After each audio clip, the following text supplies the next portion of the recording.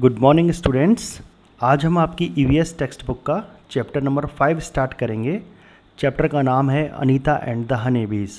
अगर इसका हिंदी में हम अर्थ करें तो इसका हिंदी अर्थ होगा अनीता और मधुमक्खियाँ। स्टूडेंट्स, ये जो चैप्टर है अनीता नाम की एक लड़की के जीवन पर आधारित है और इस चैप्टर में अनीता नाम की वो लड़की खुद अपनी कहानी बयान कर रही है।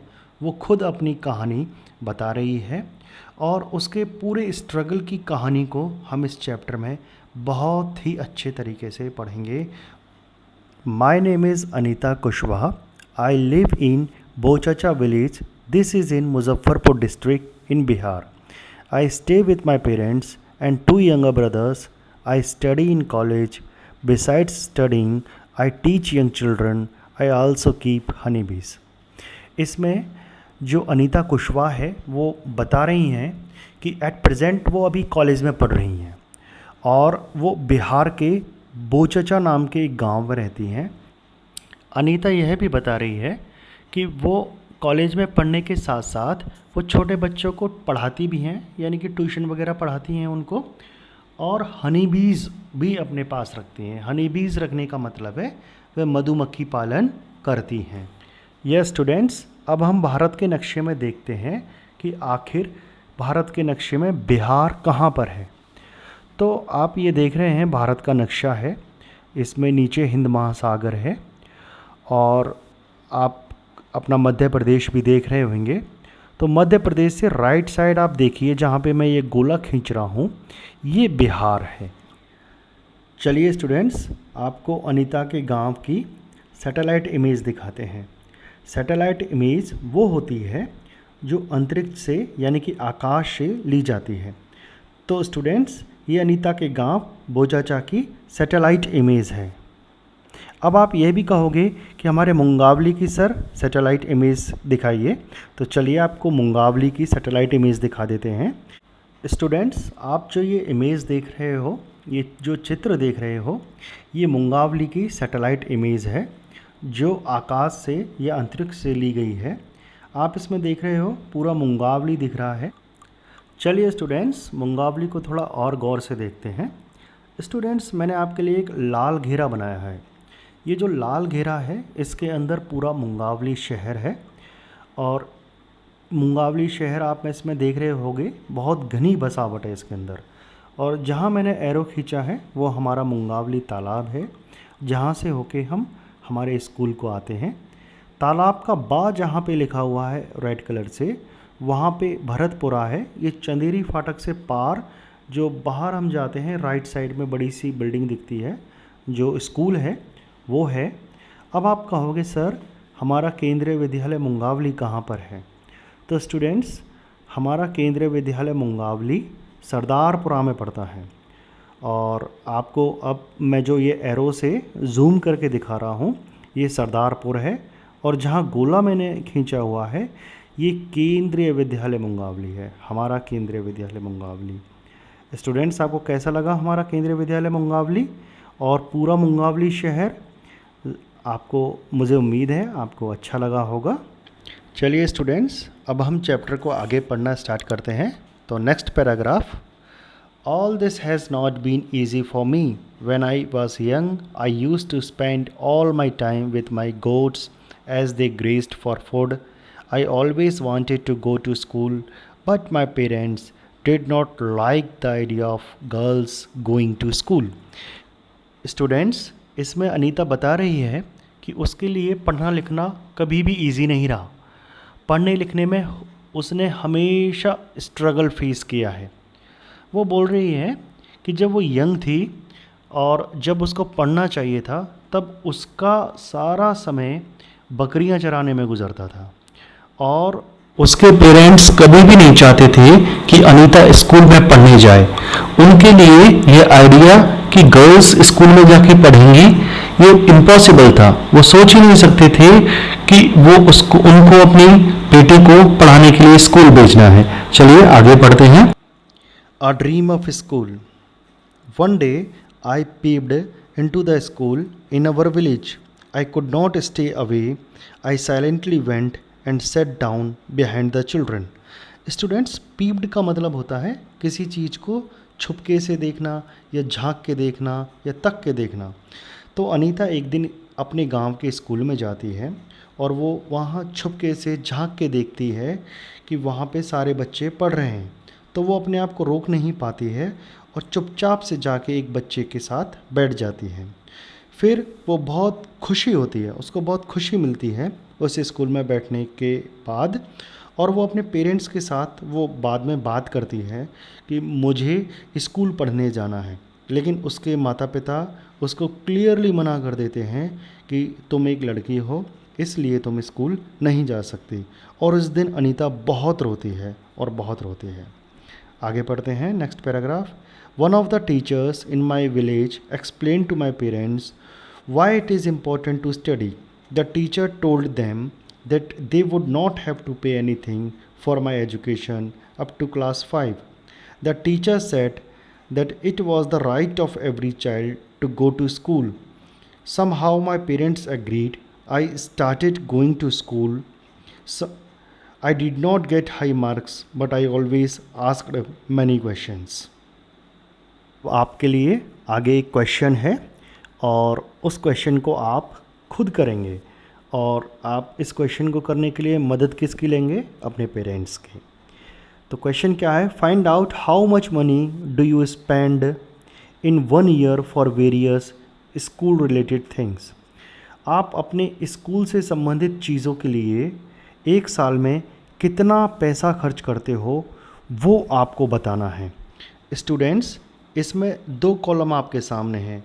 एक कॉलम थिंग्स का है और दूसरा मनी स्पेंट है। जो पहला कॉलम है जिसमें थिंग लिखा हुआ है, उसमें अलग अलग आपकी वस्तुएं हैं, थिंग्स हैं जिनके ऊपर आप पैसा खर्च करते हो। तो जैसे पहला है फ़ी है, दूसरा है travel to school and back, तीसरा है नोटबुक्स, चौथा है पेन, पेंसिल, स्टेशनरी, और इसी तरह के 5, 6, 7 ये जितनी भी थिंग्स हैं इनके ऊपर आप कितना पैसा खर्च करते हो ये आपको बताना है। और इस सारे काम में आपको आपके पेरेंट्स की मदद लेनी होगी। ये आपको टेक्स्ट बुक में लिखने के साथ साथ स्टूडेंट्स आपको अपनी नोटबुक में भी ये क्वेश्चन लिखना है।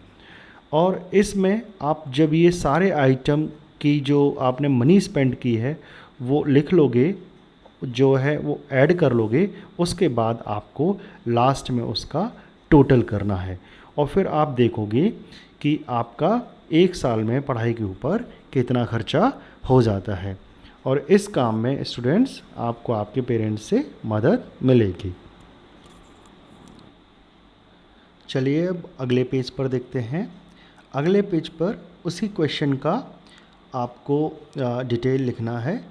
क्वेश्चन है how much money did you spend on your books this year. यानी कि आपने अपने बुक्स के ऊपर कितनी मनी स्पेंड की है वो आपको लिखनी है। तो स्टूडेंट्स यहाँ पे आपको जो मनी है वो आप खुद लिखोगे, उसे आपको खुद उस चीज़ को अपने पेरेंट्स से पूछ के यहाँ पे लिखना होगा। जहाँ पे मैं ये रेड कलर से लिख रहा हूँ right the money you have spend on it, तो इसमें आपको मनी आपने कितनी स्पेंड की है वो लिखनी है। चलिए अब इसके बाद का नेक्स्ट क्वेश्चन देखते हैं। What kind of school uniform would you like to wear? Draw a picture of it in your notebook and color it.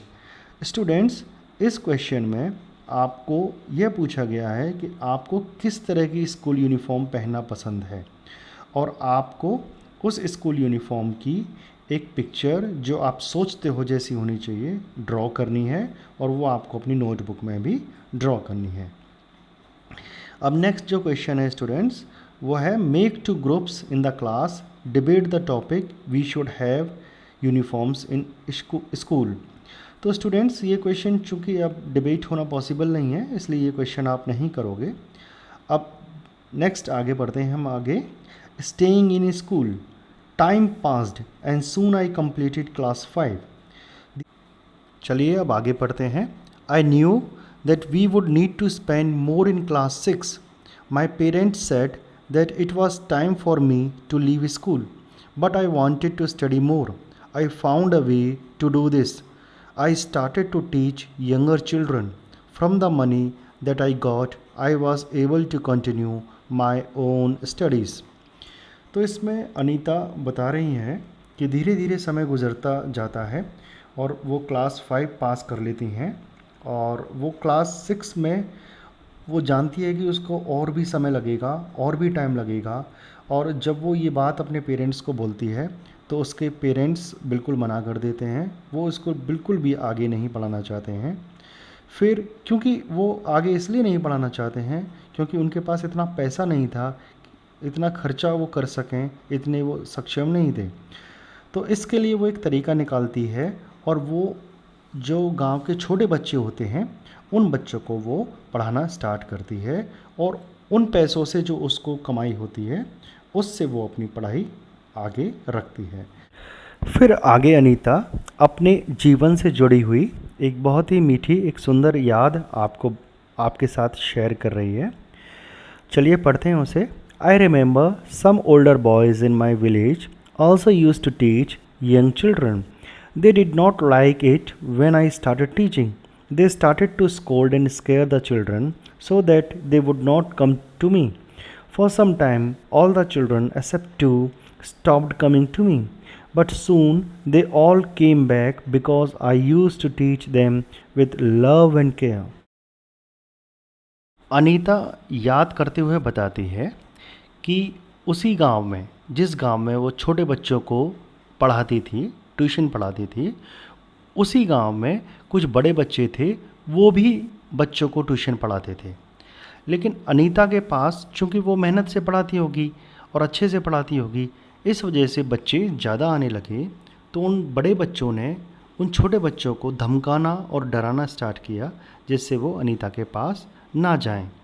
लेकिन अनीता बताती हैं कि मैं बच्चों को इतने प्यार से और इतनी केयर के साथ पढ़ाती थी कि 2 बच्चों को छोड़ के बाकी सारे बच्चे मेरे पास ही आए और 1-2 बच्चे ज़रूर कुछ दिन के लिए रुके, लेकिन फिर वापस वो उनके पास आए।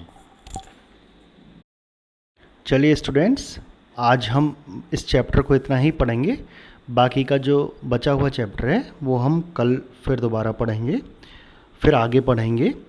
और स्टूडेंट्स, ये मैं आपको लास्ट में इंडिया का मैप दे रहा हूँ।